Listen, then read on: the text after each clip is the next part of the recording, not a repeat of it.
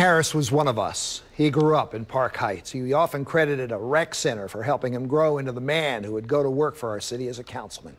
And then that night happened. That night he was shot and killed outside a jazz club a decade ago.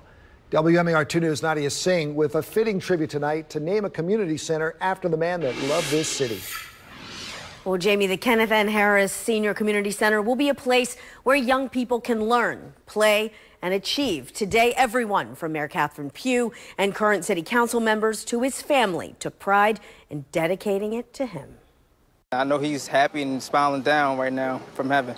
Kenneth Harris Jr. recalls his father's legacy. This is everything that he stood for. He was big in the rec centers. He was big in giving kids things to do after school and opening up new opportunities. The Leithwalk Recreation Center has now been renamed the Kenneth N. Harris Senior Community Center in the former councilman's honor.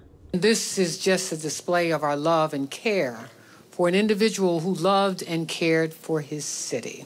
Harris was murdered 10 years ago during a robbery in Northeast Baltimore outside of a jazz club.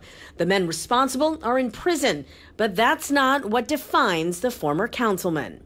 Being back in the neighborhood I grew up in, seeing the sign with my father, just seeing the impact he had on this community and on myself included, it's just very emotional but very happy. And he was a modest man who grew and grew from hard backgrounds and got all his academic degrees and then moved up here from West and East Baltimore to embrace North Baltimore and to be a neighborhood leader and then a city leader. The center holds a Head Start program run by the YMCA and a program that helps kids like these with homework, social enrichment, and aftercare. I don't know that we could even put forth a tribute that would be fitting to his career and his commitment. Full of joy right now. I can't really describe it. Hard to put into words.